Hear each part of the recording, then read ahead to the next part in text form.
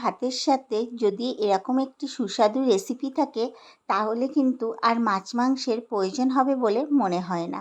নমস্কার বন্ধুরা, kitchen of সোনটাই চ্যানেলে আপনাদের স্বাগত। আজকে এই রেসিপি কাঁঠালের দানা বাটা। আমি এখানে পরিমাণ মতো কাঁঠালের দানা দুফালি করে কেটে ভালো করে ধুয়ে নিয়েছি।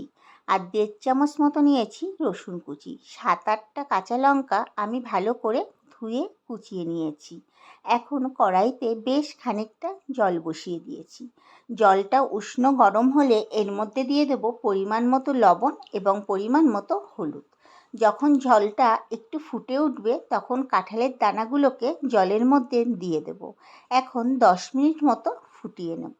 আমি আপনাদের এখানে 10 মিনিট পর দেখাচ্ছি। আমার এখানে কিন্তু কাঁঠালের দানাগুলো সিদ্ধ হয়েছে কিনা একটু দেখে নিচ্ছি।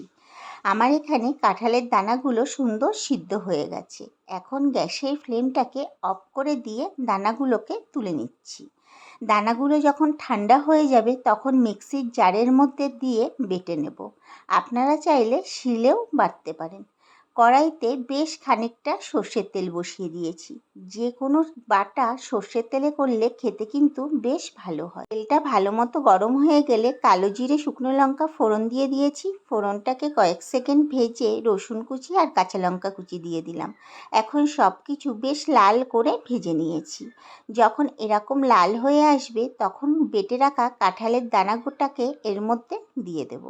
দিয়ে তেলের সাথে বেশ ভালো করে নাড়াচাড়া করে নেব। দিয়ে দেব পরিমাণ মতো লবণ। যেহেতু সিদ্ধ করার সময় লবণ ব্যবহার করেছি তাই এখানে একটু অল্প পরিমাণ লবণই ব্যবহার করতে হবে। আর দিয়ে দেব সামান্য পরিমাণ একটু চিনি। এখন তেলের সাথে ভালো করে নাড়াচাড়া করব। এই সময় গ্যাসের ফ্লেমটাকে আমি লো টু মিডিয়ামে রেখেছিলাম। দেখুন নাড়তে নাড়তে কিন্তু এরকম লালচে ভাব চলে আসবে। আর কড়াইতে যখন একটুও লেগে যাবে না তখনই বুঝতে হবে কাঁঠালের দানাটা সম্পূর্ণ তৈরি হয়ে গেছে। আমার এখানে দেখতেই পাচ্ছেন কাঁঠালের দানাটা কিন্তু একদম শুকনো ভাব চলে এসছে আর কড়াইতে একটুও লাগছে না। এখন গ্যাসের ফ্লেমটাকে বন্ধ করে দিয়েছি। নামানোর আগে দিয়ে দেব বেশ খানিকটা কাঁচা সর্ষের তেল। এখন পরিবেশন করার জন্য একটা বাটিতে তুলে নিয়েছি। গরম ভাতের সাথে এরকম একটা সুস্বাদু রেসিপি পরিবেশন করে দেখবেন, খেতে ভীষণ ভালো লাগে। তৈরি হয়ে গেল দারুণ স্বাদের কাঁঠালের দানা বাটার রেসিপি। একবার হলেও বাড়িতে তৈরি করে দেখতে পারেন, খেতে কিন্তু ভীষণ সুন্দর হয়।